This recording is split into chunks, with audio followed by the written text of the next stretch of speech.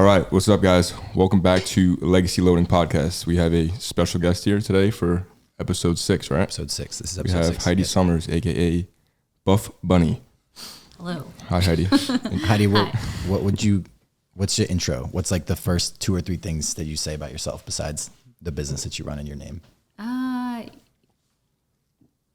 What do you mean, like just introduce Yeah. yourself? Like if you were to say who are you? My name is Heidi Summers, and I am the owner and CEO of Buffbunny Collection. I am a entrepreneur. I am I would say lifestyle fitness vlogger, husky lover, adventure lover, I guess. That's perfect. What's the craziest adventure you've been on Craziest adventure. besides starting a business? Gosh. I think traveling as a whole, I've done a lot of traveling. I backpacked all over Europe. I backpacked Thailand. I've been to a lot of cool places like India. Wow. Where else? I went to Ibiza. That was crazy. Damn.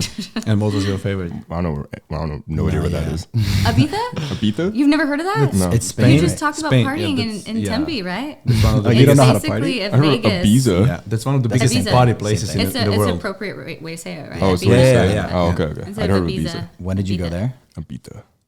Let's see, like probably like 8 years ago. It was a long 8 time years ago. It was strictly just a party. It's if Vegas was on a beach. Yeah. Whoa. I heard a lot sounds of good fun. things about that. I haven't been to yeah. Vegas, I so haven't been to I don't know Vegas what- I either. don't know That what I'm sounds talking about. crazy. All right, next trip. All right, let's start from the beginning. So let's tell the people where you're from. I am originally from North Pole, Alaska, so that's where I was born and raised, and I was homeschooled, and I have 5 siblings, so I come from a really big family. I was originally going to school for biology and eventually dropped out and pursued my own business. Okay. Wow. So you were in university or college for biology? Yes, I got pretty far. I went to University of Alaska for a year and a half, and then I transferred to San Antonio. I went to a community college, and then I was going to graduate from UTSA. So But I dropped out. What brought you to San Antonio specifically out of everywhere in the US? Country, in the world. other than Alaska? Alaska is an amazing place. I love it so much. But it's very cold, and you're very secluded from everyone. So my parents lived on 8 acres of woods in the middle of nowhere. The city is actually called North Pole. It's very small. I think there's 2,000 people. Oh, wow. And so when I made the move, I was kind of like, all right, I want to go somewhere in the lower 48. That's what we call it. And I was like, Florida's so far. California, I knew a lot of people that would like go to California and not make it. So I just kind of picked somewhere in the middle. And I was like, I love the Hispanic culture. San Antonio seems great. I'm just going to go there. And so at the time you didn't, like nobody lived here. You didn't start your own business yet. You just picked it and you were like, I'm going to finish school here. Yeah. Was fitness part of your life at that time? No, I actually hated fitness. I hated the gym. Really? I was like, Really? Oh my God. No, I hated it so much. I took, weightlifting in high school because they made me, and I skipped every single day. I went in one day and they were like, are you in this class? I was like, yes. So just Fitness always class in avoided Alaska. it. Yeah. Dang. So biology was like your passion, or you just picked that up as a go to like finish that, and from that point like doing further more things? So did you want to do something with biology for a career? Yeah. At the time, yes. I wanted to do pre-med biology to then eventually go to med school, but like I said, I did not. It's so much work. That's when I realized I started. I worked as a surgical assistant for a periodontist. I didn't specialize in implants, so I did that for a while. I worked for a homeopathic doctor, and I guess during that time, they just kind of opened my eyes to just what my future would look like. And then I also shadowed a brain surgery, which I really enjoyed. It was actually really fun. But I think during that time, they were like, sometimes you're going to go into a surgery that you think is 6 hours and you'll come out 33 hours later. And I was like, Oh, shit. Wow. Yeah, maybe Yeah, not. Yeah, I I drop know. out too. Yeah. Yeah, I'm out. So I think for me, it was just like, I realized that I would miss like kids' birthdays and like a lot of like special events and everything. And so I was like, well, I love doing things that help people. So I just found a different route. So did you drop out and did you have a plan at that point? Like, did you already start any of your businesses at the time, or you just were like, I know that this isn't for me, so I'm going to figure something else out? Yeah, I went pretty far, actually. I think I had like 6 classes left till I had my degree. And so it was like a hard decision. But those classes were hard. I mean, it was organic chemistry. I think there was biochem. They were really hard classes. So I was like, do I really want to finish this and pursue it? But I had already started doing like YouTube. And it was before I started my brand, Buffbunny Collection. But I was doing YouTube and I was doing online coaching, and I got sponsored by a couple companies. And I think at that time it was kind of like a fork in the road. I was like, okay, either I can pursue, being a doctor and going that route, or I could just kind of like branch into what I called like the unknown at the time. I was like, be your own boss. Yeah. I was like, this might not be forever, but I really, really love this and I enjoy it. And if I could find a way to make it forever, then I want to choose this route. But I know my sister was really upset. She's like, you work so hard and you have a great resume and you're 6 classes away. And I know she was kind of like, are you sure you want to do this? I was like, let me just try it out. So what was that click that transferred you to the fitness and everything? I YouTube? gained a good amount of weight. I think, I was like, In my college? sophomore year, in college. Cool It was when I came to Texas, actually. Y'all Everyone have does the that. best food. And in Alaska, I think we have a Taco Bell and a McDonald's, and that's kind of it. So I came to Texas. It's not bad. That's not bad. No, that's not bad. Yeah. If I could pick two, that'd be I mean, I still love Taco Bell and McDonald's. I never tried but Taco Bell. Buddy. You've never had Taco Bell? No. Let's Oh go my to God. Alaska. We'll take you. No, go down the street. There's so We got many Taco Bell. Bells here. They're so I never good. tried. Wait, so what was like campus life there? Like, how was college? Was it partying? Was there a lot of students? Was it just Alaska. like school? In Alaska? Or San Antonio. Yeah, in Alaska. No, I lived at home and there wasn't really much. Oh, you partying, commuted? no. It wasn't like that? Yeah. No one really lived, and I think there was a dorm, very small Don't even know. one. Like most people just lived with their families, and they would just go to the college. Yeah. So you were gaining weight in college, and then were you doing YouTube at the time, or like you started your YouTube in conjunction with the fitness journey that you were doing? So I moved to Texas and I gained like 30 pounds, I think, in a small amount of time. I'm 5 foot, so it's 30 pounds is a lot when you're 5 foot. I remember I lived right down the street from a Sonic, and that's what did my it. God. Yeah, Damn, the that's cream it. slush. Fuck you, Sonic. I still remember like the whole menu. Like they had 4 different hot dogs. This is great. No, rattle it jalapeno off. Hold poppers. up. They had grilled cheese. They had oh my god. And you just sit in your car and it comes right to Nah, you. yeah. Yeah, you don't even have to You get out of gotta your go car. home. The shakes, right? The shakes. Have you had Sonic? No, also never. Never. Feed him. No, What a cheat day. Nah, we Yeah. tried. We need tried to we feed need him. to like, go over and then try and like experience a new food here. Okay, you should at least Yeah. once a week. Like try something new. I would say like a nice restaurant, but you should start with Taco Bell. I do have once that's a per week, must. but I just eat at home, I guess. So Yeah. what changed? What clicked? Where you were like, all right, you know what? Maybe I shouldn't be going to Sonic just because it's right down the road, and I should probably get my shit in the gym. Like, what was that change? I think I went to go buy shorts because I didn't have any living in Alaska, and Oh, shit, yeah. I remember trying them on. I was like, wow, I had to go up like 2 or 3 sizes. I don't remember, but I was like, oh, oops, And I guess for me, I was like, okay, I just want to start working out just so I can lose a little bit of weight, But I guess like as I got into fitness, it was more so like my skin got brighter. I had more energy. Like I just felt better. And I guess whenever you're doing a lot of exams and practicals and all of those in school, you're already mentally exhausted. And it's Stress. like Yeah. I was sleeping less, but I had more energy. And so I remember really liking that. And but I remember it was hard because I hated the gym. Like I did not like it. And so I would go, ugh, I'm gonna go really hard one day so I don't have to come back the next day. And so that was my reasoning. And so after a while, I feel like you really start enjoying it. And It becomes a lifestyle. You're not like, oh, I got to go to the gym. Yeah. You're just like, it's Yeah. part of your day.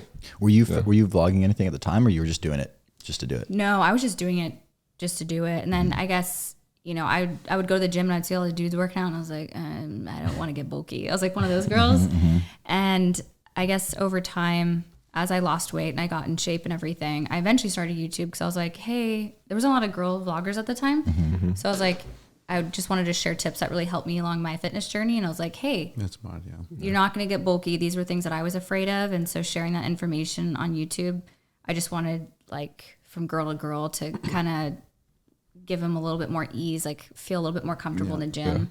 And then kind of explaining form because that was something I wasn't very good at in the beginning. Especially that time, like years ago, like when no one's like nowadays everyone's like running YouTube, everyone's Yeah, like it's more providing common now. information. Yeah, but before like everyone was like, You got what in is at that? a- What is the macros, like calories? Yeah. What is that? Who was your inspiration then? Who got you even thinking about doing like instructional or informational videos? Was there anyone you looked up to in YouTube, like fitness YouTube?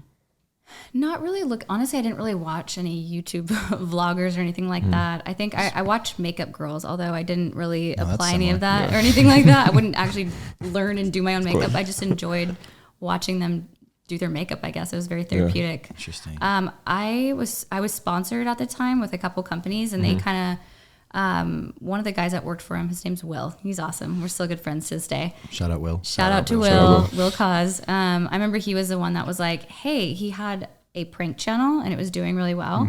And he would do all these funny pranks. And he was like, why don't you do the same thing, but for fitness? And so I was like, I don't know. Yeah, maybe one day. But I remember I flew to Pittsburgh, shout out Penguins. And he was there and he was like, I'm just going to follow you around with a camera and do with it what you will. I was like, wow. What year was this? Okay. Oh God, like 2014, I think. That was like YouTube, like golden era. That's when everything was still fresh. Like pranks were very popular. I used to watch prank videos all the time. Yeah. Pranks were like super hot at the time. So I feel like you got in at the right time and it was just perfect timing. And and he was your like videographer, you'd say?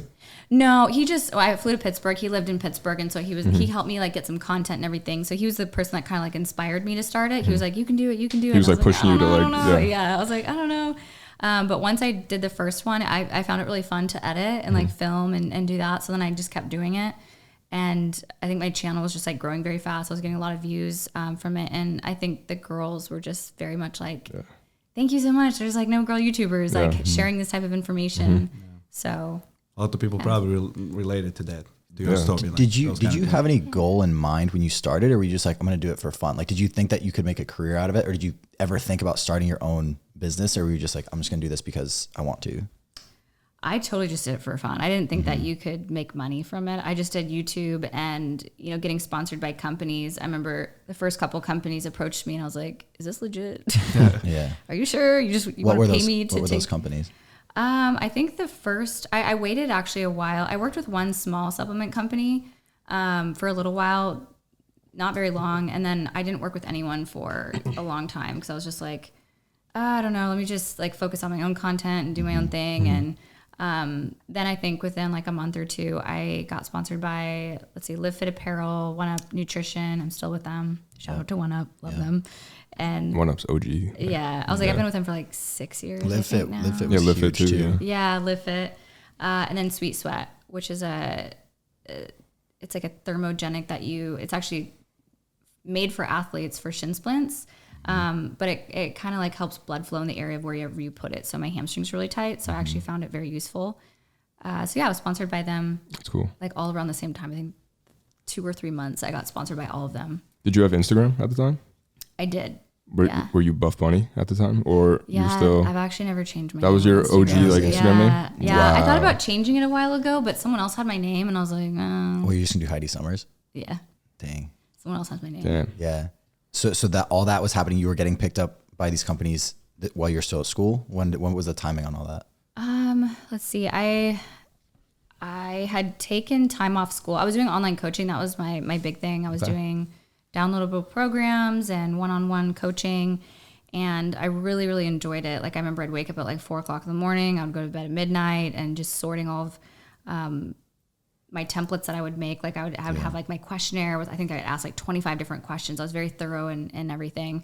And then I would create my structures for like how I would film my content. Cause I was working full time. I was working as the surgical assistant position. So I was kind of juggling a lot. Cause I was also working at a bar on the weekends. Oh, wow. So it was kind of crazy. Yeah. That's cool. And then I think, sorry, what was your question? Mighty, what was my question? With the timing of all of it. So what like were you done with school at the time? You said you were taking a break. Yeah, I think the last semester where I was like, okay, I'm gonna do this full time is when I was working full time as a surgical assistant. I was like, why not do a bikini competition? And I was working at the bar on the weekend.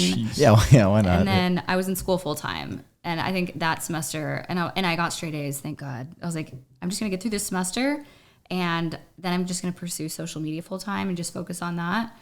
And that's what I did. And I was like, I'm just gonna take a semester off and see what I can do if I put a lot of focus into it. And that semester, I took off of school. I was like, wow, like there's just so much potential for growth and for longevity if I really like pursue it and give it my all. So I think that was in 2015 is when I was like, I'm doing this full time. And the coaching was what was making most of the money at that time? Yeah, I would say coaching, and then I would say the sponsorships that I would organically promote and like YouTube videos and Instagram posts. Yeah. I think between those, I didn't really do like a lot of brand deals on YouTube or anything. I just focused on the 3 companies that I worked with. Yeah. Oh, so you were working like you just had 3 jobs at one time? Yes. While doing online coaching? Yes. I feel like a lot of people can relate to that that watch this, because like we all have similar stories like that, where I was working full time and like doing my photography stuff, but it wasn't until I gave up my full-time job that's when I really started to grow my photography stuff, because you got to give all your time to it. Like you want to do social media, right? So you couldn't give it 30%. It was never going to grow. It was once you got away from those jobs and went all in, and that's when things really changed. Yeah. And I think one thing too that people will kind of push is they're like, oh, you have to just, quit your job and then pursue your passion full time. But I don't think people realize it's like, I don't have money to do that. No, it's a journey. It's a journey. Gradual. Yeah, it's exactly, a journey. Yeah. Small steps that get you to that point. Yeah, exactly. Was there ever a point during when you were just working all these hours? You said you were up until 4 or whatever, or up at 4 and asleep at 12 or whatever. Was there a point where you felt like that sense of being overwhelmed and being like, something needs to change? Like I can't keep doing it this way. Like, yeah. Let's see. I remember there's one morning I was like making my oatmeal and I was like, God, this sucks. And I think it's just because I had to be at the office at like 7:45. So that's why I'd have to wake up at 4:00 in the morning to work. And then as soon as I got off, I was also training. And then when I got done, I would come home and do online coaching. So eventually I ended up quitting working for the doctor's office, but I really loved it. Like I loved working with the patients and everything. And it's funny because they were very supportive. Like they were like, oh, like we follow you on Instagram, and they were super supportive. And then I think a couple of patients actually recognized me. I think we were putting someone to sleep for surgery, and he was like, aren't you Buffbunny? And I was like, and then he's out. Wait. The doctor's like, what did he say? I was like, oh, he's out. There's the drugs. Yeah. Do you remember your first like fan moment when someone recognized you as Buffbunny? Oh my gosh. That guy on the table. I mean, no, I don't think it was him. Actually, I think the first time was when I went to LA. I went to the LA Fit Expo because I was very much like a homebody. Like I would just be at home, and I would go film at the gym, and I would just come home. Like I wasn't really that social. But I remember I went to the LA Fit Expo, and I was like, oh yeah, maybe I'll meet someone that follows my channel, but I wasn't expecting to. And then I remember I went to the booth, and like there was tons of people, and I was just kind of like, oh wow, I guess wasn't expecting to meet so many people that followed my channel. So how fast that happened, like from starting YouTube till like people will recognize you on the street? And let's see, 2014. 2014 I started, so maybe like a year after that. So I was just kind of slowly focused on How many followers did you have when you went to that expo on YouTube or Instagram or whatever was your primary? It was less than 100,000. I know that, but hey, that's still pretty good.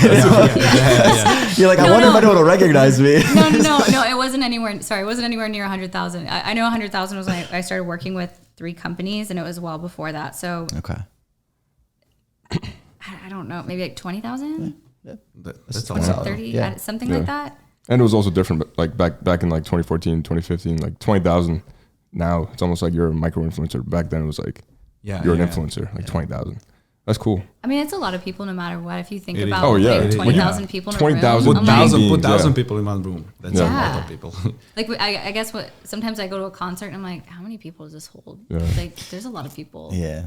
And I guess I think I'm like, all these people could be like watching your video or your channel. Yeah, no, completely. What would you say was your like biggest thing that set you up to like bigger things, like going to those expos or like just being yourself genuine? Or expos were big back then. Like what transferred you from like being just a like normal YouTuber to that like where you are right now? I think honestly just focusing on yourself and like your content and being consistent. I think that's a big thing. I think a lot of people think, oh, I'm going to partner, with a company, and the sponsorships were super helpful. But I think the biggest thing was just focusing on like my content and YouTube. So I tried not to travel that much back then because I was like, I really need to get my routine. Like, people want to see my workouts, what I eat, the supplements, and all of that. And so I feel like when I did travel for expos, it threw me off a little bit. But then I know one year we did a world tour, and I think we did 16 expos. Who's we? Is that the one up team? So it was One Up and Live Fit decided to do like world tours at the same time. So cool. No, and it was really fun, and I enjoyed it. Some of the most amazing places, like Brazil. Yeah, we went to Brazil. That was really cool. So this was like around, you said 2015? The world tour was 2015. World tour. I think it was. And when did, like, you starting your own thing, when did that first idea come into your head? And then when did you establish Buffbunny Collection as its own thing? Let's see. I started Buffbunny Collection in 2016. So I worked with Live Fit for the first couple years, and then I try to do both because I love Live Fit. Like the owners are such good people, and they're still good friends. I actually saw them in LA not too long ago. I was like, let's go for a drink. And I think I try to juggle both of it, but after a while, you know, it was like just too blended. You know, like sometimes people would come to the expo and be like, oh, I want to buy Buffbunny Collection, or they would ask me Buffbunny Collection stuff, and I was like, but I'm at a Live Fit booth, and so I felt disrespectful. I'm like, let's make it about Live Fit. And so after a while, I was like, it was like on such good terms. So I was like, hey, I'm proud of you guys, and I'm always going to support Live Fit. But then I fully focused on Buffbunny Collection late 2016, early 2017, I believe it was. So for like, there was like a little bit of an overlap where you were like, how much, like at that time, was it its own brand, or was it more like just a couple of small launches here and there? I would say we did a couple small launches early 2016, but it was more merch, you know, when they'll do like the Buffbunny shirts or like CG Fitness, you know? Right. And then August 2016 is when we did, you know, I did leggings and sports bras and crop tops and full length tops and things like that. And I remember that's when it really took off, because I think I was like, oh, you know, we'll get a couple hundred orders, and it was like 1,500, and it was just me and my assistant. We were like, how are we going to package all these? I was going to say, where were you doing all this shipping stuff? At the my beginning? living room. Oh my God. Wow. Yeah, so my whole house was like, which you're like, it's a lot, but it's not crazy. You're like, oh, I can do that's easy. It's a long day. When you don't know what you're doing, printing out a Dymo label, and you know, we ended up figuring everything out, but we didn't really have systems in place or anything like that. So it took us like 2 weeks. Did you just figure it out all by yourself, or did you have people that you were asking questions? Like, did you ask the Live Fit people, like, hey, like, how do I print this label out? Like, what? I mean, I could have, but I felt bad. I don't know. I think at the time I was like, I should have used my resources, and looking back, I was like, I should have, and I'm sure Randall would have been really helpful. But I think I was just stubborn. I was like, I'll just figure it out myself. Like, and so Google was my best friend. Yeah. And I ended up figuring it out. But a lot of times when you're printing Dymo labels, you'll have like issues, or the printing's messed up, or there's always like little things that would happen, and you'd have to figure it out in Google, and it would slow you down. How long was it from like when you launched till you were like, all right, we need a warehouse? I think it was a year. Wow. Holy shit. A year from merch, or, you know to what? pretty fast. Oh my God. Yeah, I would say from merch to having a warehouse.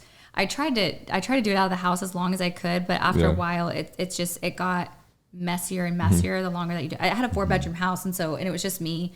So it was nice because I just used every single. I said that's sick. Yeah, so I just used all the guest rooms as like inventory rooms. Like, inventory offices. Yeah. And you had one employee at the time, that one assistant? I had one assistant, and then so it was just her. And actually, she was part-time at first, and then I was like, "You want to work full-time?" Yeah, please. I need your help, please. And I know I had a lot of friends that kind of helped me, especially when I was like, I have 1,500 orders. I don't know what I'm doing. Like, there's no way I can get it done in time. I had a lot of friends come over, and they were so sweet, and they were very helpful. It was a good problem. Like you have too many orders to handle for yourself. Yes. Wow. You were making that all in the States? That fit that order of like 1,500 orders, or were you at that time going overseas? I actually opened it up overseas. Okay. And so That's I didn't smart. have a crazy amount of international orders, but I actually had more than I thought. So even now, I just looked the other day, and I think 10% of our orders are actually all international, and we don't do any ads in different countries. We're looking into that right now, actually. Interesting. But 10% of the company is all international, mainly Canada, Australia, Germany, UK, and actually Singapore. Wow. Yeah. Holy shit. Yeah, that's a What's your like biggest selling product? Like, what's your main thing? The leggings? Is it leggings Yeah, also? I would say our legacy legging, actually. Wow. Wow. Shout out. There you go. Wow, she did a Shout out to collab. She did a Legacy. collab with our podcast. That's insane. Wow. Yeah, our legacy legging, legacy shorts, legacy jogger. I think we have a couple legacy products. What's the biggest accomplishment or item that you're the most proud of? That's a good question. Oh, that's so hard because I feel like I put my heart and soul into every single product. Even today, it was like all day of just trying on different fabrics and like designs and everything. If I had to pick one piece that I'm probably most proud of is probably our Game Changer pieces. So we have a backpack and then a Game Changer tote. You'd love it. It's got a collapsible cooler inside so you can keep your food cold. I don't recommend putting Taco Bell in there. I was going to say, perfect Taco Bell pocket. But it's cool because there's a collapsible cooler compartment in it. I guess at the time there was like these like really bulky like meal prep bags. I just thought that they just looked really tacky and like not cute. So I was like, I selfishly made the bag for myself. I was like, I want a bag that I can put my laptop in and I can put my food in. It'll keep cold. But if I'm not carrying my food, I want to push it down so I have access to other room. Yeah, you need this. Is it pink? I can get you a pink one. Get him a pink one. I like pink. There's also black ones. There's a lot of colors. Pink is okay. Clip that. That's probably one of the pieces I'm most proud of. Yeah, That's cool. That's awesome. No, because that was a problem that you identified and you turned that into something that I'm sure a lot of people really appreciated. No, that's cool. Yeah, I remember when I posted it too, because I didn't order that many units at the time. It was like 5 years ago. And then as soon as I posted it, like just influx of people like, I need it. And I was like, I did not order enough. Yeah. If you, knowing what you know now, because you said that was about 5 years ago, knowing what you know now, like what things would you do differently? Like, what would you tell yourself back when you were packing those 1,500 orders in your house? So what would be like, hey, you should do this right now instead of waiting however many years?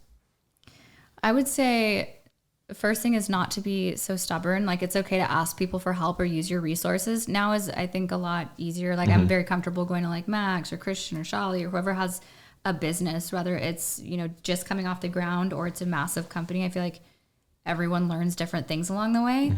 Someone might start their company like a month ago and they have such great knowledge and tips. And I like to just absorb like what they learn and everything. That's great. So I would just say like not being stubborn and really just like using your resources and talking to people.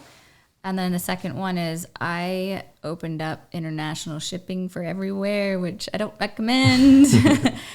Shipping gets really expensive. Yeah. Well, it gets really expensive. It's almost like not worth it. No, it's definitely worth it. Yeah. Definitely worth it. But I think if I could do it differently, I would open it up to like 5 to 10 different countries. Because it's an English speaking brand, it's easier if you pick English speaking countries. So, Canada is a huge country to ship to just because it's so closely to the US. Australia, UK, Germany, Switzerland. I would do like a top 10 countries because 9 out of 10 times it's going to get delivered. It's just really expensive if you have to ship it over there and it gets lost. So you kind of have to pick like, do I want to put insurance on all these packages or do I just want to take the hit myself? Which still happens no matter what. UPS has actually been really great for us and with putting insurance on all the packages and everything. So it's not as big of a hit, but especially when you're first starting out, like every little hit on your business, it's sort of hard to go back on that too. You can't be like, hey, sorry, we're not shipping here anymore. I know we said we were, but no, we did. Yeah, we were like, no, we're not shipping. Really? You backtracked it? Yeah, we're like, sorry, like if it didn't make it there, like there's just no way. Because some of the places, market for that is probably crazy over there. Then like one pair of leggings for like $300. Yeah, it's crazy. But a lot of it, like we've shipped to like hundreds and hundreds of different companies. It's crazy. I was just looking the other day. I was like, oh my gosh. And some of the places, like I have no idea where it's at. You'll have to Google it. I'm like, where is that? Where's the craziest place you've seen someone wear your product? Oh man. Poland? You saw someone wearing Buffbunny in Poland? Yeah, actually I flew to Poland by myself because I wanted to go to the Auschwitz camp, and actually the girl on our tour followed my YouTube channel. Thank God. I was like, I didn't know what I was doing. I was just flew there by myself. I had gone on this random tour with 6 people and I was like, hey. She's like, oh my gosh, I watch your channel. I was like, no way, I want to hang out. People in Croatia. I was like, thank God. Did you guys hang out? We did the whole day. Wow. Yeah. Wow. It was fun. Damn. What's the next step for Buffbunny Collection? What's next?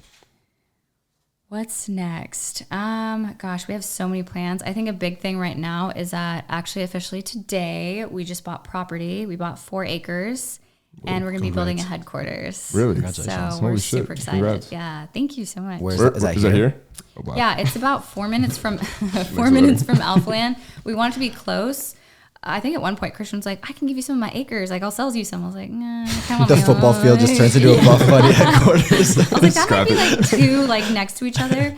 But I found 4 acres in a beautiful area. And so we're going to be building about like 30,000 square feet. Very cool. I saw your story the other day. Are you guys operating out of a house right now? So it's very unique. It's a townhome, but the whole area is all businesses. So if you go on the street, there's like a marketing firm, a law firm, a real estate company, a financial group, and the whole street is businesses, where technically you can have like a brick and mortar-ish business there, and then you can live upstairs. But I think everyone, I'm not supposed to say this, but like everyone has converted it into a business office space. So it looks like a house, but you guys are operating out of there already? Yes, we have been there for 2 years, and I don't have an office actually. I just kind of float around with my laptop to different departments. Because I remember seeing that on YouTube when you were building that out, and like then you're already like, all right, and next we need to build our own building. Okay. Yeah, and honestly, it took us like 7 months to find the property. I would have bought it like 7-8 months, a year ago if I could, but it just took so long to find the perfect piece of property. And now you're gonna have to sell the current headquarters. Well, actually, what we're going to do with it is, which I'm really excited. So we fly in a lot of affiliates and athletes. So we're going to actually turn it into like our content house. So we're going to house them there. That's so smart. That's so smart. Yeah. Yeah, you could So have like smart. a whole like YouTube channel around that. Yeah. Like Honestly, we could. But like a hype so house, cool. but for Buffbunny athletes. yeah, because they always want to collab with each other. And so it's 5 bedrooms. So I figured we'd put them all there. They can collab and hang out and make their That's videos perfect, and stuff. No, that'd be dope. And then whenever we're not using it, we're going to rent it out by the hour to content creators, because there's a whole studio in the garage. And then every single room we could have like different themes, like a very like elevated. There's like this beautiful like marble room that people could just use for like lifestyle photos, portraits, all that. That's really smart. Yeah. And then the other rooms, we have so many cool props. I almost exposed one of them. I can't say, 'cause it's like our next campaign. Our next campaign, we have so many ridiculous props, and I want to turn one of the rooms into like a room for this campaign theme. Yeah, no, that's cool. Yeah. So for our female viewers watching this who want to be part of Buffbunny, what does it take? How do they do that? As an athlete or influencer or Yeah, employee? influencer, employee, Being athlete. a part of Buffbunny. Like, what do you look for?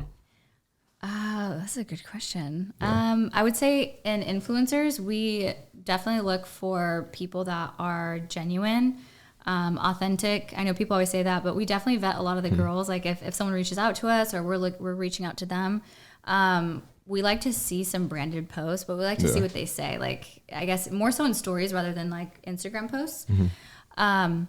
If they're like, oh my gosh, these are amazing, and these are amazing, these are amazing. We're just Like kind of like, okay. Like we like it when they're a little bit more detailed. So if they're working with a supplement brand, I like it when they're like, oh, let me try out this flavor. I give this flavor like an 8. Like honesty. And being genuine, because if they're like, oh my gosh, this is amazing, guys, this is a 10. Oh my gosh, this is amazing, this is a 10. Then I just feel like it's not genuine, because for me, I'm like, nothing's ever a 10. Yeah. Damn. There's no such thing as a 10. Honestly, I'm I like, agree with at that. least a 9.9. I agree with that. I was like, is it that good that it's a 10? No, there can't be a 10, because then that means it can't be any better. So that's True. why the best it can be is like a 9.5, because you can always find one thing to improve on. Yes, I love that. Yeah. That's cool. Do you look for certain ages, or how does that work? Not really certain ages. If anything, we're trying to find older influencers, and that's been really tricky for us. Like, we've found some girls like 30s, 40s, some like late 40s, but right now we'd love to get some women like in their 60s. Really? Even Okay. finding That's models is really tricky. Yeah, because I guess for Buffbunny Collection, we're a brand that encompasses like all women, like all body shapes, sizes, backgrounds, and so we try to encompass all women. So I would say that's the only thing that we're kind of like lacking in. There's always The 9.5. age. There's always something to work on. Exactly. That's actually really cool. Yeah. So that's something that we're trying to find. And I know that there's like YouTubers and Instagram influencers out there. It's just they're harder to find. Yeah. But that's definitely that sets you apart of everyone else, because we spoke about that other day, like age and everything. Like when someone tells like, oh, this guy is 21, this guy is 30, and they all have like same amount of following, whatever. They're gonna always pick one that is 20 rather than that other guy is 30. You know what I mean? Even though like just because of the age, which age is just a mirage. Yeah, a lot of these brands now look for like the younger guy. Yeah, but everyone's looking for young kids right now and everything, which it's cool, but it isn't supposed to be always like that. I like how you have like everybody. Yeah, I feel like what you ages did, and everyone. I feel like what you did when you wanted to be in like healthcare, you kind of took that and made that like into your brand. Like, so you always wanted to take care of people and be like of service, and that's accepting sort of of what you've everyone. done, and that's what you've done Yeah. with your brand. Yeah, I like that. Thanks, guys. That's beautiful. That was so nice. Dang. I think all ages are great. And I guess if I'm thinking about influencers that are converting to sales, to be honest, a lot of the younger ones don't convert to sales. Really? They might be great for creating content. And I mean, everyone's different, but I guess thinking for our top 10 influencers that... You'll call someone out, Heidi. No. I was like, everyone's great. We love everyone. Say their names. But I think you can utilize influencers in different ways. Like everyone is amazing, but when it comes to ages, I've noticed that the younger like TikTokers and Instagrammers, like they're so good at creating content, but sometimes they're not the best at connecting with their following. Yeah, that's it's not just about looking good in your leggings. You know what I'm saying? It's about That's why YouTube is so important. Oh my gosh, YouTube is so powerful. important. I love YouTube. If you have like 3,000 followers on YouTube, or those people like watch your hauls, like those are the ones that convert. Like YouTube, if It's all anyone's about listening, converting, we might have even said this before, but like I don't care if you have 500K on TikTok, go make a YouTube right now. Yeah. That's where you're going to be able to connect with your audience. They're going to be able to actually know your that's personality. the only platform that you can see your personality, your character. Yeah. Like because you can fake. We already talk about it. As I always said, 10 years being on YouTube, you can be a I was gonna some say, other person. do you guys do like research of like, say you find someone, right, and you want to like potentially bring them on? Do you like watch their videos and check out all their posts and their captions? Do you do your research first? We do like a deep dive. Deep dive, right? Yeah. I do find most of the girls, I would say a good amount of them, I'm the ones kind of looking for girls. Like sometimes in the middle of the night, we have Slack. I don't text them, but my athlete manager, I'll send her like 30 girls. I'm like, hey, I like all these girls. Some of them like were check them out. Yeah, I'm like this girl, like let's send her a PR package, or this girl, she could be a potential affiliate, a potential athlete, or let's send her a package, let's send her a gift card. So we have different ways that we go about it. We don't bring everyone on as an athlete. We're very we kind of test things out for a little while, and if we're like, okay, we really like them, they're very genuine. Because sometimes it takes a little while with working with someone before bringing them on as an official athlete. So you'll send them a package, and then you pretty much just sit back and see like what they do with it.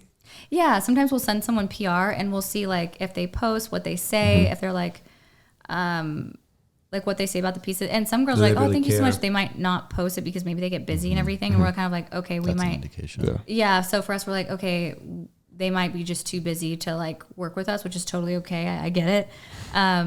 But we just kind of, sometimes we'll send them the PR package and see what happens.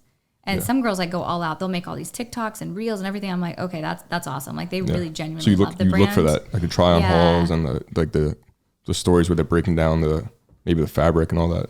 Yeah, if they're kind of like, this outfit's great, I'm kind of like, okay, like cool. Yeah, well, we might send another package, but if people are like, oh my gosh, look at the stitching quality. Like this fabric is so pretty. It makes my butt look great.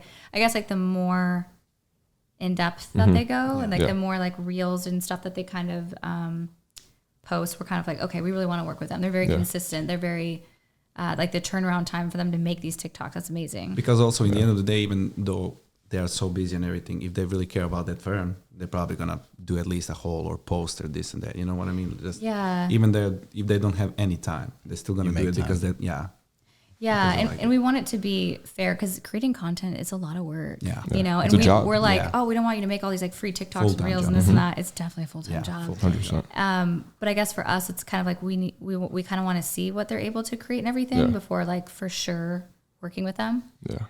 Do you think it's hard right now to find athletes because of how many different options there are? And like, I know you're probably the same as Christian, where he doesn't like to like take from another company necessarily. So like an athlete from another brand. And so it's really hard because you have to find that sweet spot of someone who maybe isn't working with anyone, but has really good potential. And that's a really hard person to find right now. And so, because if they are semi-established, I mean, even when I was starting, I had 500 followers. Like I had companies reaching out to me wanting to send me and sign me because because from the company's perspective, it's really easy. It's like, hey, they were even saying I would buy the clothes and then like I promote a code for them. So they don't lose anything. So these kids are getting scooped up by these companies really early on in their career. So that makes it harder for an established company like yours to find these athletes. Are you finding that right now, especially it's hard to find new people? That's a great question. It is. And it isn't.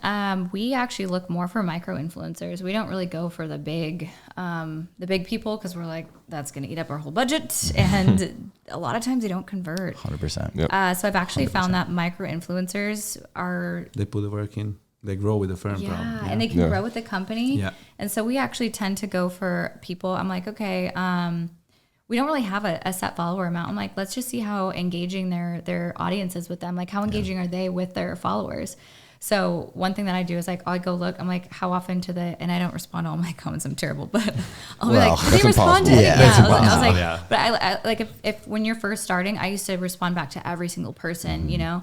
And so that's something that I look for, especially if someone might have a smaller following and I'm like, okay, I kind of want to work with them. Like, let's check them out. So I'll look at their stories and everything. And I look to see, I'm like, are they replying back to the people that are commenting? And it's more of engagement because we might work with someone that has like 10,000 followers. So we don't really have like a certain amount, I guess. I don't know. But it's overall just the most important. Yeah, it's engagement at the end of the day. Like those micro influencers could do more sales than the person with 100,000 followers. That happens all the time. Yeah. That happens all the time. Yeah. That's just how it is. Yeah. So do you think there will ever be well, I know you have the store in Alphaland, but do you see a retail Buff Bunny store someday? You know, I don't necessarily think so. I think instead there's other things that we want to do. I'd rather partner with, other women that have stores. I think that would be really cool. Actually, I was talking to, I can't say where the store is, but I was going to say, do you have like a dream collab that you could work with another company? Not really like a dream company or person or anything like that. But I think it'd be cool, like other woman-owned retail stores to kind of partner with them. Yeah. Because it'd be a great way for us to, I guess, support each other. And so there's a woman actually right now, and we're kind of talking, and she kind of, I liked her vibe because she was kind of like, oh, I saw this mall, it had an opening, and so I went for it, and I have my own store, and I was like, that's amazing. Damn. So we're kind of talking about kind of partnering. It's like she has her own brand in her store. And she would sell a couple Buffbunny Collection pieces. I think I would enjoy that more because it's almost like helping other women entrepreneurs or guys or anything like that. I think I would enjoy more of that than opening a bunch of retail stores. Yeah, you're growing together, and it's also like diversifying your brand into like different retail stores. Different audience too. Yeah. I guess I didn't need this podcast to kind of know this about you, but it sounds like we haven't talked about really money much at all. It seems like what you're going for is more impact and like leaving something behind that benefits a lot of people, and it never really was about the bottom line. Do you think like is that fair? Is that what when you got into this, you were like, I just want to make an impact. I want to help people.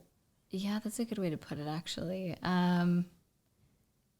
Yeah, I would say for sure. Because I still remember, like, whenever I was, going to go to school to be a doctor, and that was, like, my goal at the time. I remember my sister was like, you're never going to make as much money as a doctor. And I was like, well, that's not why I'm doing it. I was like, that's not why I'm doing it. Now I'm doing very well. I didn't want to say that, but yeah. And so, but at the time, I was like, well, I'm okay with that because I wake up at 4 o'clock in the morning every day, and I love it. Yeah. So yeah, I mean, I think that no matter what you do, as long as you're always like following your passion, whether you're very good at landscaping or creating trash bins, like whatever you're really good at and whatever like you love to do, whether it's creating apparel or landscape or whatever that could be, it's like as long as you're very passionate about it, like money ends up following. I guess that's the way like I've always kind of seen it. Yeah. What goes around comes around. Yeah. Oh, we've said that I think in the last podcast too, where like you just try to get to like the place where you're happy and you're waking up doing what you love every day, and then the money's gonna come. Yeah. You know what I'm saying? You don't chase the money. People are gonna see. In one point, people are gonna see you put the work you're passionate about it. People share that passion with you in one point, and I don't. Not to go all the way back to the beginning, but one of the themes that we talk about all the time is basically like leaving where you're from or leaving a comfort zone to go and pursue what you want to do. And I know you sort of said you left Alaska because it was cold and there weren't a lot of people, but like it definitely was more than that, right? Like what % of people leave North Pole Alaska? Yeah. And like, why did you feel like it was something that you had to do? I think I had always talked about leaving Alaska for a while. And I remember I would tell my boss at the coffee shop that I worked at, I was like, I'm going to leave Alaska one day. She was like, yeah, you've been saying that a while. I think you're going to do it. And I was like, no, I'm going to do it. Yeah. And I remember there was one summer I was, I was cheated on and then I crashed my car. So I totaled my car. And then I was laid off from a job. So it was like, I remember it was like all like within like 3 weeks. And I was like, oh, this sucks. Let's get out of here. It's always that. bad. It's always that. Like, those darkest moments set you up for something like immediately after. It's always like that. So it was like one That's side. a really dark moment. Oh my God. Yeah, I was like, it was just like all within 3 weeks. And I was like, I feel like this is just God telling me to get out of here. Like I've been talking about it. And I feel like after that, I was just ready to like not start somewhere else. Cause I don't believe in just like running away from like your problems or anything. Like obviously I still love Alaska, but I was like, I think this is my time to go explore, go on an adventure. And I had been looking at schools in San Antonio. So I think that's when I was like, I'm just buying a one-way ticket that leaves in 2 months. I'll figure it out. And now we love that. Yeah, that's dope. And now you're here. Just bought the And ticket. now I'm here. Do you love living Texas? And now you're on our podcast. I love Wow, Texas. that's crazy. Texas is And now you're on amazing. Lexi loading. Yeah. You made it. Wow. Do you think you're going to be in Texas for Forever? for the foreseeable future? I never like to say forever, but like Yeah. nothing's taking you away. I don't think so. Like I love Texas. I can't see myself ever living anywhere else. I don't know. I think for a little while, Christian and I were like, should we move to Austin before Alphaland? Of course. And so we thought about that for a little while. But I was like, no, I don't know. There's something about Houston I really like. Like I really love the community here too. Like I feel like everyone is so like helpful and like genuine. There's like a lot of like-minded people. And so, yeah, I really can't imagine living anywhere else. Do you think that that's Houston, or do you think that that's just the industry and the people that you surround yourself with? Because I really do believe, like, I love Houston, and I think it is everything that it needs to be as a city, but I think that the people is what makes the place. So, we said it last podcast too. It's not like necessarily like Texas. It's like the people in this community and in this like in the gym specifically too. Like when you leave that gym, you're like, wow. Like I got to go back there. And a big I part can't of wait the to go back. community is you and Christian that made that community basically from the scratch. Yeah. Sort of. Yeah. So I would say that's Christian. Yeah. I was like, he definitely started the whole Alphalete gym well before dating me. So I feel like he's done a really good job of just like making people feel very welcome and like and creating everything. a community. I agree. Yeah. And everyone who visits, I feel like they feel the same way when they leave. They're like, wow. That Everyone was like must the best say- weekend ever. Like I can't wait to go back. Whoever came to our house, everyone's I'm gonna move here. Yeah, I want to move there. That's the Yeah. thing. It's because it's the people, right? Like most people that come and visit, or people that come and visit you, like how often do you really like take them around Houston? It's more just like you're doing. Like, here's the gym. Yeah, no, it's like it's the gym and more then just being with your the people. friends and Yeah. yeah. Yeah, I think it's just a really good community out here. I don't know. I love Houston in general. I just feel like it's so fun. It's very diverse. There's like always something to do. Good food, really good Great food. Yeah. We just still need to try. Yeah. You still Taco need to try Bell, Sonic and Sonic. Taco Bell. I am so upset. I can't believe Kelsey hasn't taken you to these places. Buffbunny, she wants, but I'm like still. I'll do like Buffbunny cheat day, Yeah, There you Buffbunny go. cheat day. and then you're gonna tell me where to go. 5 meals. Nah, I'll write you a list. She rattled off the Sonic menu like that was crazy. Not everything about place though. That was the awesome. American hot dog, the chili cheese. There's there's gonna a be lot of one stuff. week God. video. 1 week. And then the is sneaky the best- thing, this is the the best. sneaky thing at Sonic is they have like their. Have you guys had their slushies? Yeah. No. Okay, you haven't had their With, slushies? with the candy in them? No, No. That's one's like so the ice good. cream. That's like the ice cream. You Yeah. have like the blue watermelon slushies? The blue one, slush, yeah. the blue slush. Those are good. So they have a cream slush where they put ice cream in it. That sounds good. I think that was my big weight gain. I love those. Those were so That good. specifically. That how item. many of those? All right, how many of those? How often, like realistically, were you at Sonic? Every single night. Every night you were at Almost Sonic. every night. Well, because you were up late studying, you're like, I could use a chili cheese dog or something. Like, Yeah, I worked at a hookah bar actually, super random. That was right down the street during college. I've had very random jobs. I was gonna say, it sounds like you've really done a little bit of everything. Yeah. And so when I worked at the hookah bar, I would get off the hookah bar at like 2:00 in the morning and I would go home. This is like before social media, before everything. And then I'd be like, I really want a chili cheese dog and jalapeno poppers. So I would get it. Yeah. Wow, Holy shit. dang! If we knew this, The we hookah totally days. could have brought some on the You pod. should have the hook in the middle of the table that- right there. Oh, that would have been cool. I mean, I haven't That'll be smoked cool. hookah in a while. Yeah. How? What's your what's the word I'm looking for? Like, what's your thing when you need to just relieve stress? Besides Vice? hookah, yeah, your like. Your What's vice? your thing that you do? Let's see. Do you smoke? If I can add that. Wait, what kind of smoke? Like Weed. No, I wish. Like I tried to. Well, in Alaska, it's been legal since the 70s, so like I feel like I grew up a lot wow. around it. Like I walked into more plant rooms than I can think of, and like if cops came to a party, they would take the alcohol, leave the weed. Sorry, mom. So That's crazy. Weed is I don't know, healthy. but whenever I would smoke, I would just fall asleep. Really? That's sativa why he does indica, it. no matter what. That's why I do it, and munchies also. I get really hungry from that, but I use it for sleep only. I swear. Yeah. Well, but as soon as I smoke, I fall asleep. Yeah, me too. Yeah. Same. Doesn't matter which kind of weed. Whatever they say, sativa, indica, I don't have idea. Everything puts me to sleep immediately. Yeah, same. I'm like, I just can't. Maybe I just have too much. Even if it's like a little bit. No, I'm the same. Well, so, I'm the same. so you don't have anything that you can think of that's like your go-to to relieve stress? Is it? Gym. Could be food. It could be food. Gym. Could be gym. Could be. I mean, Work. I would say Netflix. gym, Netflix. Movies. Oh, I love movies. Yeah. I love shows. That's my thing. Yeah. What's your favorite show or kinds of shows, genre? I love a lot. I mean, I love SVU. I love Love is Blind. That's one of my favorite shows. Good show. Yeah, Good I show. watch those kind of Yeah, shows. it's so good. Selling Did you watch that. The Ultimatum? No. That one was terrible. I Yeah. can't. Love is Blind is great. I love Selling Sunset. I don't know why. Oh, I love Christine Quinn. She's so sassy. Oh no, I don't like her at all. She's like, oh my gosh, she's very drama, but I'm like, She's drama, So you like reality TV type stuff? not all the time. No, that's just like I call it trash TV. My Yeah. trash TV moments. But I would say like my favorite show ever is probably Game of Thrones. I never watched it. I'm probably the only person in this world Not that yet. ever watched Yeah, it. you Not gotta. even one episode. Have y'all seen Game of Thrones? Yeah. Yeah, you gotta watch it. You have homework We to can't. do and food to eat. Sonic Got a and lot Game to of catch Thrones, up bro. on. Sit You down. should just I have a smoke, lot eat of- Taco Bell, and watch Game of Thrones. For like week. No, you need like a month. Month Game at of Thrones is least. really Yeah. long. Oh, it's really, and the ending's not very good. Nah, yeah. Oh, no. Don't tell How me. disappointed were you watching it every week that it came out? Like, did you have a watch party every time? I watched it. I had literally a watch party. I made Yeah. what's it? Dragon eggs, deviled eggs that I would What's that? crack, and then you like dip them in colored food dye. For every episode? That's insane. Not for every No, I'm episode. kidding. No, I just did that one time. But when the first season came out, it was before anyone watched it. I watched it all the time, and I'd talk about it. Everyone's like, "I don't watch that show." Yeah. It's, what? No. But you And then I knew. think by season like 3 or 4, everyone was watching it, and I was like, Told you. "Whatever." Yeah.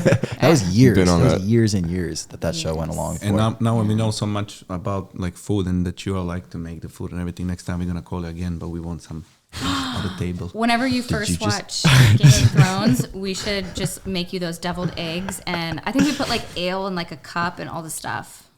That's what you should do. Hey, Hey. and a chili cheese And dog. chili cheese That's a dog. whole Maybe a chili night. cheese No, dog that's and perfect. Taco Bell That's on the perfect. side. It's Oh my amazing. god. But with the food I want also, I want to Sonic ask now. something. With the food, obviously, since you said you gained 30 pounds, right? But now you're for a longer period of time looking like amazing. And for a longer period of time, how you like maintain that? I would say consistency, I guess. I find ways To balance things. To balance things, yeah. So I think people are like, "Oh, you're probably in the gym 6 days a week." I'm like, Okay. although I love the gym and I do use it as a stress reliever, I have like a little home gym. So if I'm doing upper body, I don't go too crazy for upper body. Yeah. So I just kind of try to do that at home. Or at my headquarters, I have like little Pelotons and weights and stuff. And then for leg days, I'll go to Alpha Land. I find ways to fit things into my schedule. And I think finding different ways to stay active. Also, my headquarters is 3 flights of stairs, and I'm in and out of departments all day long. So I actually do not do cardio. I just work and then I weight lift. And that is the cardio. Because I'm like, I'll be in the first floor, and then someone needs you on the 3rd floor, first floor, 3rd floor. So it's constantly going up Every and single down. day. Yeah. And then my house is also 3 stories. And I'm asking that because every single person that is in the fitness loves food. That's Yeah. So you still allow yourself to eat whenever you want, or you have like, I don't know, cheat days, cheat meals. Yeah, literally on the way here, I was eating Sour Patch watermelon. I was facing my friend. She's like, "What are you doing?" Sugar I was like, "Yes, we love a sugar rush." Yeah, absolutely. Would you say your Shout out Sour Strips. your content is still fitness content? Like, do you still call yourself a fitness influencer and fitness creator? I would say more lifestyle content. For a while on my YouTube channel, I was like, "Oh, I have to show a workout, what I'm eating, supplements," and I was very much, routine, like showing all of that, and then a little bit of business. But I guess as time went on, people were like, it's like I didn't really vlog as much as I wish I would have vlogged more back then when I was doing the business. But I was like, no, people don't care about that. Yeah.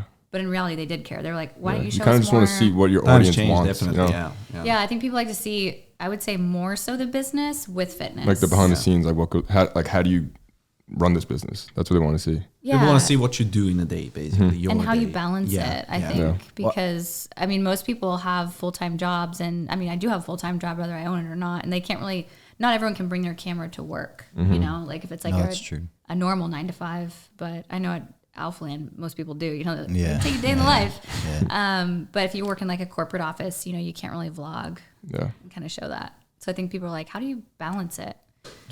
What is a day in the life right now for you? Like, how much time do you spend at the office? How much time do you spend out of Texas typically with business? I would say each day is pretty different. I've been really good at scheduling like all of my meetings and everything. Yesterday, for example, I did a lot of laptop work in the morning, and then I went into the office, and I think I was there for like until 8 p.m. And then I came home, and then I did 5-hour FaceTime calls to finish some videos. So, but it's not, they're not all like that. So some days I'll be off work at like 5 or 6 p.m. Yeah. And then sometimes I'm working until 2 o'clock in the morning. It just kind of depends.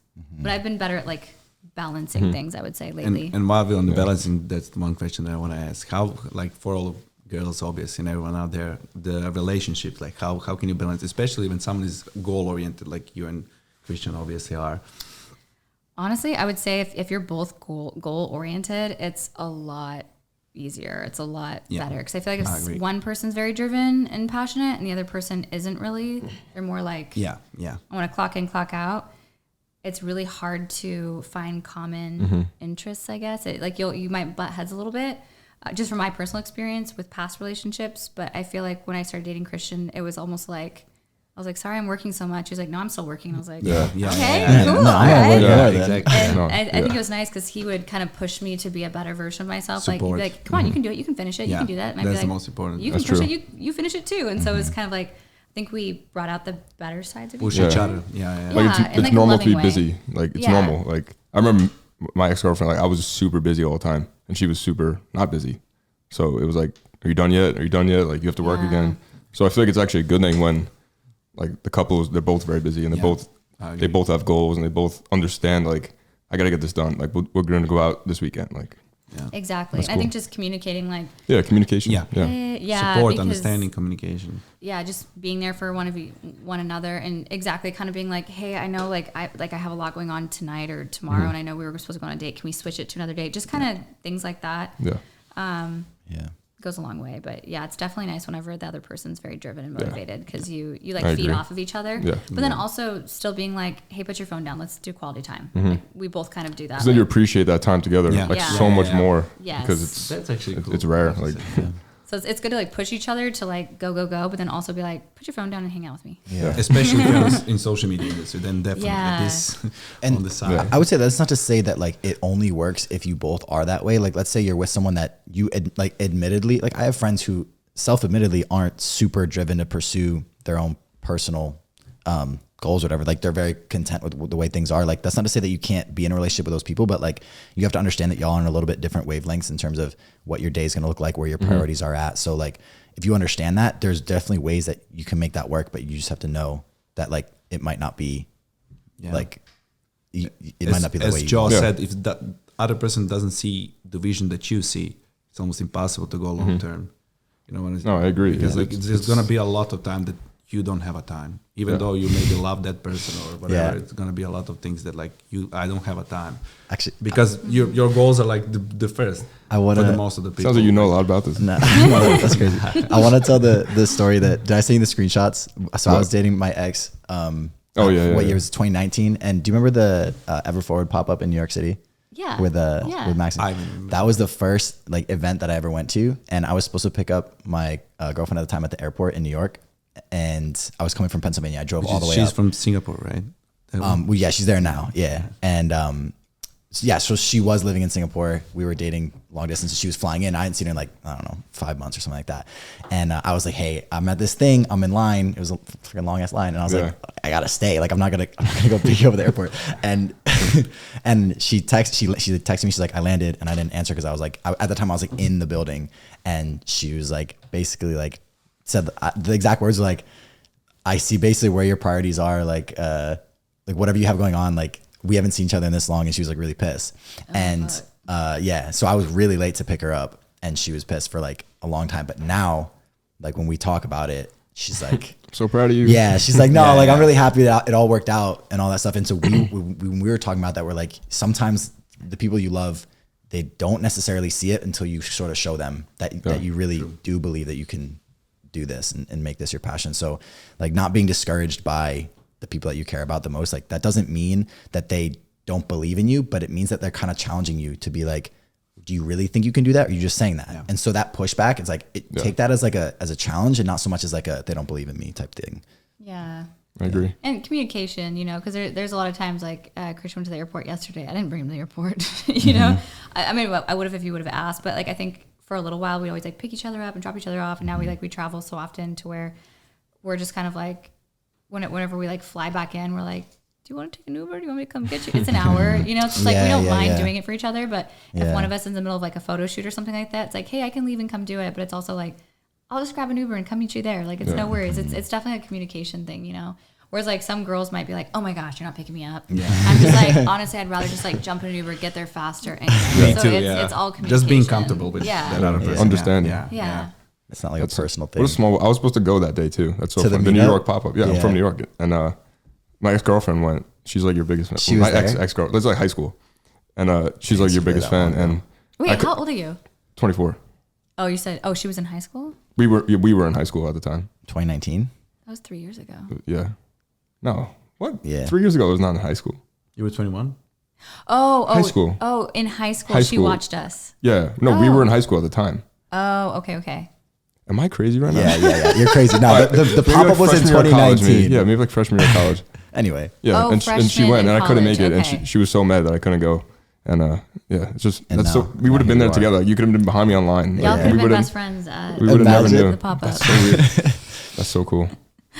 All right, I think we're at like the We're pretty good. 50-ish. An hour. All right, so let's do the Well, let's do the. I guess. Wait, question? I have Let's one do question. ASMR. Yeah. There you go. Yeah. I think this would be fun. What is the weirdest job you guys have ever had? Whoa. Damn. Most Just like random. objectively, I Just was kinda like that was Oh, you go random. first. Well, that's kind of weird, different. I was a golf Go. caddy. I was a golf caddy at this really nice country club in Rhode Island. I bet you made a lot of money. Well, I did if I was good at it. like, no, Were but you good? there's this thing. Wait, what'd you? Wait. There was this thing called the caddy pit, and so like you didn't have a job when you showed up that morning, but you just it was like this little. You gave out beer, right? And alcohol? No, Oh. that's a cart girl. Oh, I didn't do that. No, so you carry around these old guys' golf bags. Okay. And so the caddies just show up in the morning. These like freaking 15-year-old kids. They just show up and they sit in this pit. And then old rich dudes will just peek their head over and be like, that one. And like, I want him. and you just walk up and take their bag. Yeah, it's really sus now that I'd say it out Oh my loud. god. But like, All right. Oh but my yeah, God. Golf No, I did caddy. that. All right. What about you, Dorian? Well, Weirdest job. Dude, I know exactly. odd job. my job was whole life basically soccer player. Nah, Germany, But- bro. I mean, that's Oh really yeah, cool, I did though. that. Yeah. The I mail. was, yeah. That's actually true. But besides that, in Germany, I was like first contract that I signed was not supposed to be like that, so it was much lower than it was supposed to be. Yeah. So on the side, they didn't know. I work in DHL. I was a Mail truck driver. yeah, Oh, and DHL, and I okay. worked 2 months, and I busted the truck 2 times. I had a car. Dorian didn't Didn't put have a car accident. I didn't put the. I E-brake. forgot because I was so stressed, like thinking that someone's gonna see me or something. And I would jump out of the car, and the car would just go like that. And well, the things that I did here, I can't talk about. The when I was young, I don't even know how that's called. Like going in the corns, you're like picking something from the corns. Horns. Corn, like we like- had that in Europe. So that's Corn? a cornfield, and you're literally on the freaking sun, like 100 degrees. You worked on a farm. Yeah, and you're like just picking that you know that stupid silly things that grows out of the corn, that brown. The hairs? Yeah, and Oh. you're picking that up just so corn can be, I guess. This is insane. I don't know. Okay, but I everyone- think you win so far. That's pretty cool. Nah, yeah, that corn Everyone- picker is crazy. I was kid literally. That was like you Damn, just that go. sounds That's not a legal. job. During the corn No, picker. everyone can go. Everyone can go. That's like literally paid for per hour. You can like if you're passing out, you can go home, but it's paid per hour. So I was like kid. I wanted to make some money for myself. Wow. That's And I really just- cool. Corn Yeah. picker. How many corns did you pick in a day? Bro, there will be like 10 hours straight, like just walking back and forth.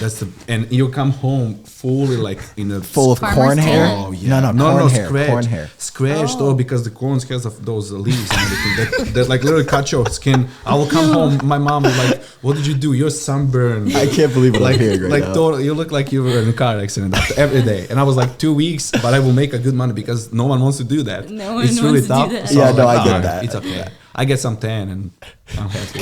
Corn Tan and money scratches. and Yeah, good. that's insane. Did you get to eat a lot of the corn? No, because it's still That's like a crazy question. Yeah, You're paid to pick the corn. You get caught eating the corn. You're freaking they just canned. pay you in the end of the day in the cash. Literally, they just pay you the cash, and they don't even that's it. pay you. Where was this? In Croatia. In Croatia? Wow. Yeah. Shout out. Wow. Anyway, Shout out corn picking. Yeah. What about you, Joe? Yeah. What did you? Oh, Do you even want to follow that up? Yeah, well, mine's probably crazy. I had a million like odd jobs. I used to be a like an hors d'oeuvre waiter, like with the glove on, like that. Did Damn. that. That was terrible. Like, do you want some shrimp? Yeah, like That- the little hot dog, like pigs in a blanket and Oh, stuff. like chili cheese dogs too. Like, Well, now we make have chili everything. cheese dogs, mini ones. What else did I do? I cleaned carpets with my dad. My dad worked for like a carpet cleaning We can company open a back in the restaurant, day. literally. All of us in this table. All of Yeah. us are just hors We love d'oeuvre food. hosts. Yeah, but like the oddest job I did for money was my girlfriend's friend owned like this company that did like children's parties, and she was Elsa, and they needed Olaf. Yes, that's right. So I was Olaf in a Perkins back in Staten Island, and that was insane. That was like You I do remember- That I is remember the taking- craziest. That's I crazier remember than taking it corn off and just looking at myself in the mirror. I was like, "This isn't it. This isn't life. This is not." I was like, "This is not it." And you couldn't talk, right? You were just in the I was Olaf just doing suit. it like for my girlfriend. She was like, "We need someone to fill in." I was like, "All right, No let's do way, it." bro. So Perkins, Olaf. No yeah. way. Never That done was insane. enough. I remember taking the thing off, and I looked at myself in the mirror. I was like, "Never again. I'm never doing this again." No yeah. more. What about you? What was yours? I'm trying to think. I've had Let me like a see lot top of five. random ones. I'm like, which one? Hookah. That was a pretty good that one. sounds I didn't know what kinda nice. hookah That's was. not bad. That was a cool job. That's cool. That's cool. Yeah, I think I walked in there though, and I didn't know what a hookah was. I was like, oh, Middle Oh, Eastern really? restaurant, Sultan Cafe. This sounds fun. So I remember I Damn. walked in. I was like, are y'all hiring? And they were like, sure. We are now. So they hired me, and I remember I went to the back and they showed me what hookahs were, and I was like, oh my god. I was like, are those bongs? I was Those like drugs. I was like, I'm going to school. I don't want to get in trouble. And they're like, these are hookahs. There's no weed in these. I'm like, okay. No, And so I that's like no learned fun. how to pack Wow.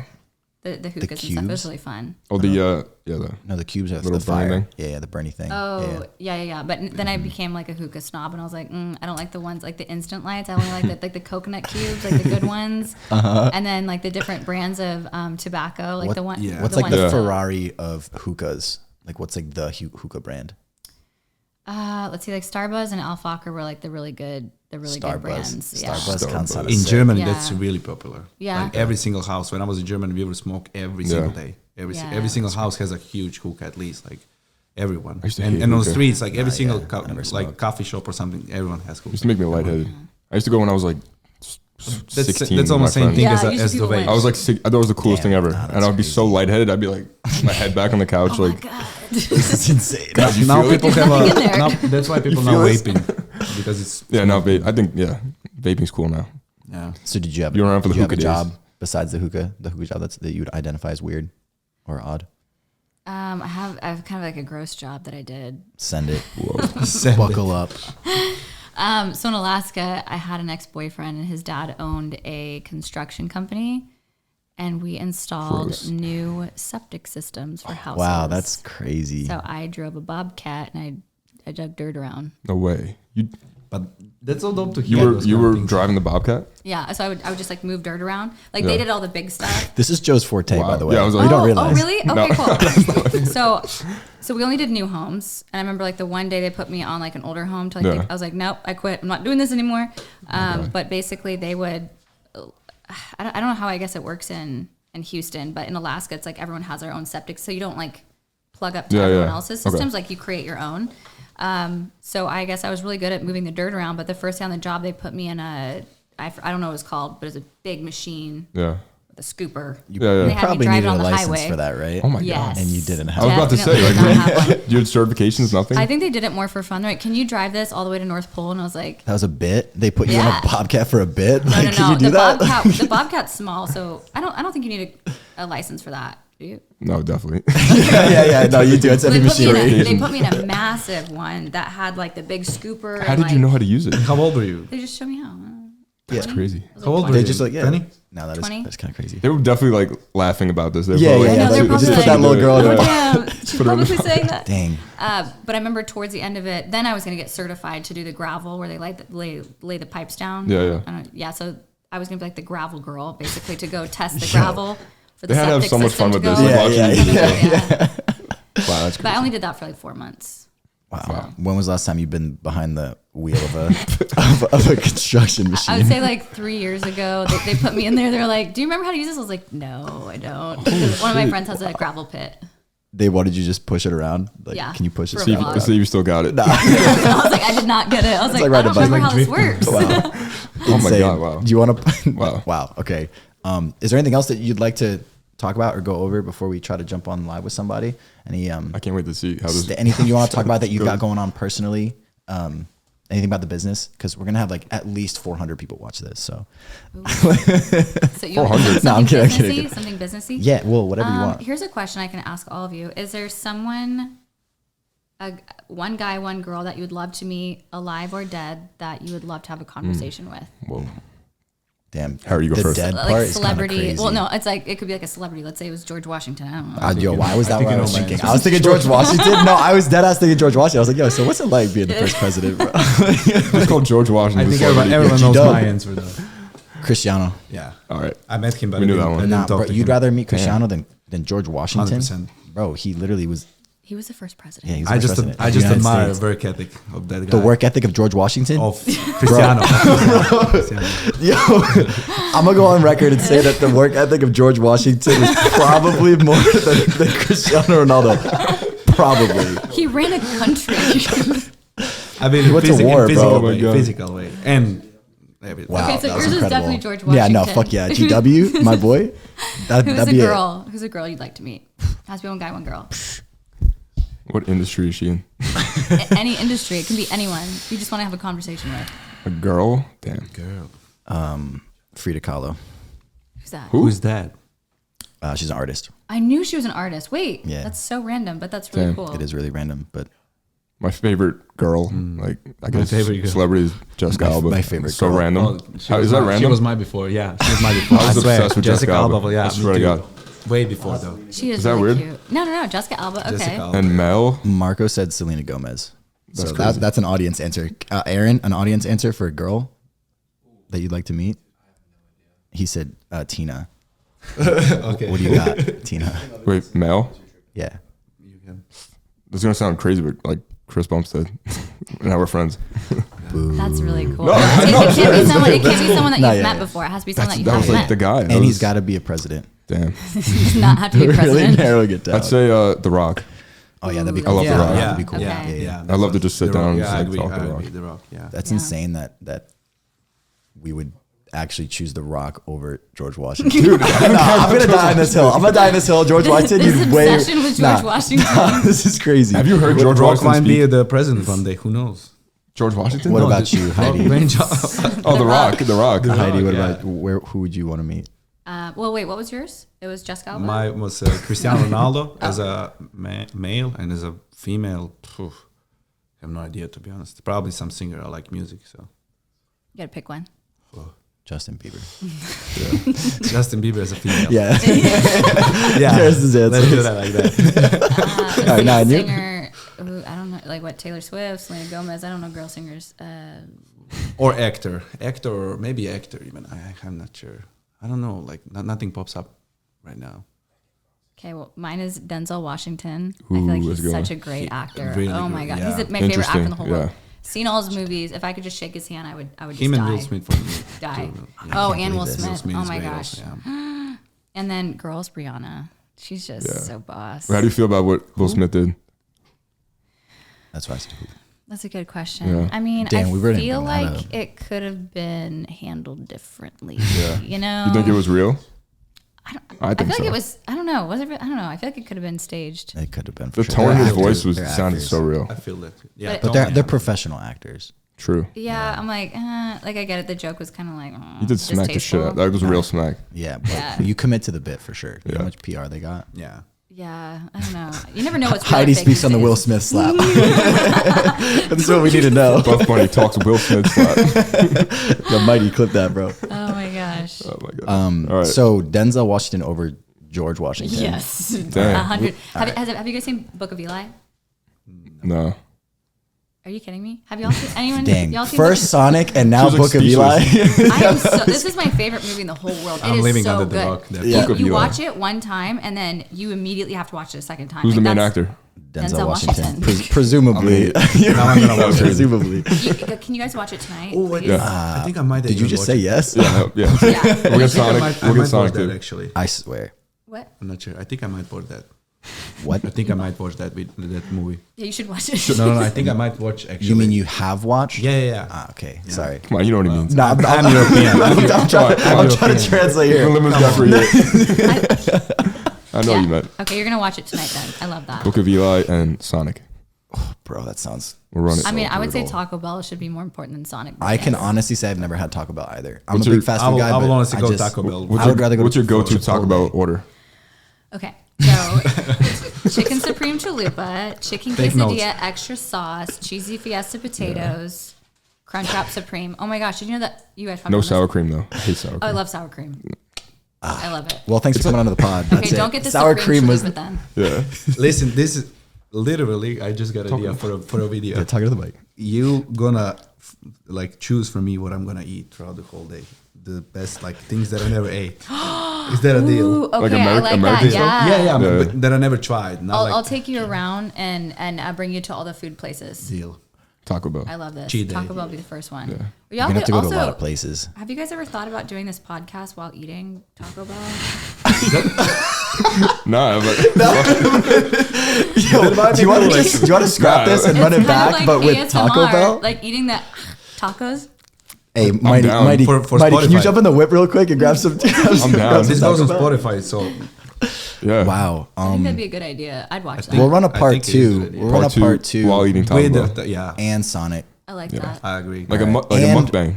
Yeah. And we're gonna need to Yeah. set up TV for a Book of Eli. Dude, this is yeah. insane. But then How do we get here? Yeah. How do we get here? This is crazy. You Nah, asked me a all right, question. we need I one more ran- hypothetical then, because these are good. I'm a fan of this. I If you, love what's questions like your this. spirit animal?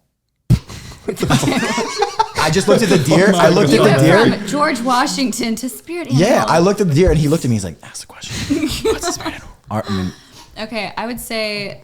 I mean, I don't know. I don't even know what I would answer. What does it even mean? That's a hard. What does that question. mean? I feel like that's kind of basic. whoa. All right, so fuck my question. I feel like we could get a better one. All right. Wait, where'd the name Buffbunny come from? Like bunny. So that name. That's probably your spirit animal. Yeah, I was gonna say I want to say bunny, but at the same Bunny time. come back spirit to that. animal. So the name came like obviously it was my Instagram name. So I took two words that I really liked. So buff was more of like, you know, sweating in the gym, being hard and almost like hard, and then bunny was like soft. So kind of molding two different things. Like bunnies are very like soft and they're very sweet, Yeah. and they're very feminine. They're very smart animals, and then buff was kind of like the hard, sweaty, hardcore. You know, my cat's name was Mr. Buff. That's Shout out Mr. adorable. Buff. Cap. No, I swear to God. I Wait, swear you to said you God. had a cat or bunny? A cat named Okay. Mr. Buff. That's cute. No, Nice. rest in peace, bro. Oh, Shout out Mr. Buff. shut up, bud. Shout out Buff. All right. You want to do this Yeah, thing? yeah. Let's just jump on. This is kind of Live. crazy. No, this is crazy. I'll think of a better hypothetical so that I won't get flamed on my podcast. It's 9 o'clock. So it's 10 a.m. Wait, what? Are they It's gonna not be- 10 a.m. Are we all 10 p.m. Eastern. 9 p.m. So they're just gonna ask a random question. They can ask anything. Well, I mean, if it's crazy, we're gonna But cut just it one, out. right? Yeah, just Just one. one. Just one. They ask to see my feet. Can I just be like, Yeah, we gotta cut that one out.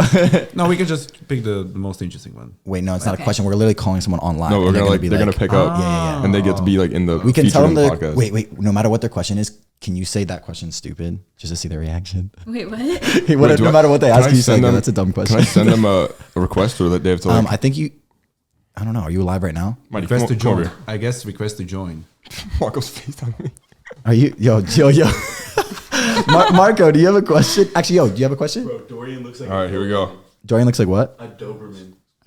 A Doberman. Oh, like his A spirit dog? animal? Spirit animal? Mighty here. Yeah. Mighty here. I love dogs though. Is a spirit animal what you look like? All right. No, what's it's up? like what's what up? What's you up? We can do that. identify That'd be with. more fun. What animal are do you look currently like live. the most then? Harry's a goat. Currently live on the podcast. Guess how many dogs Dorian had? Oh yeah, you We're gonna were like my add someone family. in Croatia. and you're gonna be able to ask Heidi a question. Why am I talking to the mic? Yeah, why are you talking like like which? How many dogs How do you think many Dorian dogs do had? you have? people? Let's go. Did you have to guess? Yes, I'm like All pick a right, number. here we go. 10? Daniel Flores. 30? You know what? Almost like 26. That's a clip. That's a clip. Were you sled dog racing? My family just likes though. That's so last. That's crazy. Daniel Flores. Yo, that's crazy. Yo, that's crazy. All right, Daniel. You Okay. there? Yeah. Yeah. All I right, can hear you're all right. You're live on Legacy Loading right now. Yeah. Okay, bye. All All right. right. What is your question for Buffbunny? Okay. Can I get like just one tip on how to start? Let me see. Oh wait. Brandon wants to ask the question. No, But you're like, the what's your one number that's in one the tip? live. No. Sorry. What's your number one tip for starting a business in your opinion? Okay, that's a good Ooh, question. that's a good That's question. a really good question. Okay, I would say the number one tip I would say is to just start. And I know people say that, but I think if you have a really great product or service or whatever you're trying to do, I think just starting it and not trying to have everything perfectly laid out in the beginning, because I think a lot of people in the beginning are like, oh, I need to do my trademark, my website, this, and they overcomplicate things and overthink things. When in reality, you can start, like if you have shirts, you could start selling them out of the trunk of your car. You could go to a local gym. Like there's so many different ways that you can start. And I think it's really hard whenever you're comparing yourself to a lot of people that might be a little bit farther ahead. But that'd probably be my biggest tip, is find a way to just start it. That's cool. Oh, yeah. I like that. That's dope. Good answer. Good question. Bye. Thank you, sir. Thank you. Thank you for the question. How do I hit Sush? No, dude. no, dude. That was good. That was a good question. That was a good question. Yeah. Good answer too. Good you. response. No, just start is a really good one. I'm still live. Shit. Well, Any more? What animal do you look like? what animal do you look? All right, but you have to answer for everybody else. What does Spirit Joe animal look question like? was crazy. Oh, am I going to actually answer this? Okay. Yeah. Wait, no, don't. Wait, you know Heidi used to have? She had frogs and a ferret I did. You're And fish. and fish. No, And a dog. no. Who'd you get, bro? we have another fan in here. Brandon? With Sush, brah. What's going on, Heidi? Hi. All right, my question to you is, Put it on the mic. who is the most handsome at the table? Oh my god! All right, thanks, man. All right, that's Legacy Loading. All right, Thank you so much. at least you didn't ask to see your feet. Yeah, there's honestly, 2,000 people in that's here. not bad. There's what 2,300 people. in the Legacy Loading Live? Because fucking Sush joined. Oh, oh yeah. That's insane. All right. Anyways, All right, guys. no, that was good. Follow Legacy Loading. That's See you later. That's that's a wrap. Any last thoughts, questions, words? Besides yeah. running the Wrap second this I up. think we We're we gonna got run to the run second it one. back, but we'll do the Absolutely. food version. Yeah, I'm down. I think that'd be fun. Yeah. Final words? Anything? I can't believe y'all didn't choose George Washington. I'm gonna be honest, bro. And if anyone hasn't insane. seen Book of Eli, you should watch it. Or Game of Thrones. And chili cheese dogs. They Yeah. gotta try. And you should eat a chili cheese dog.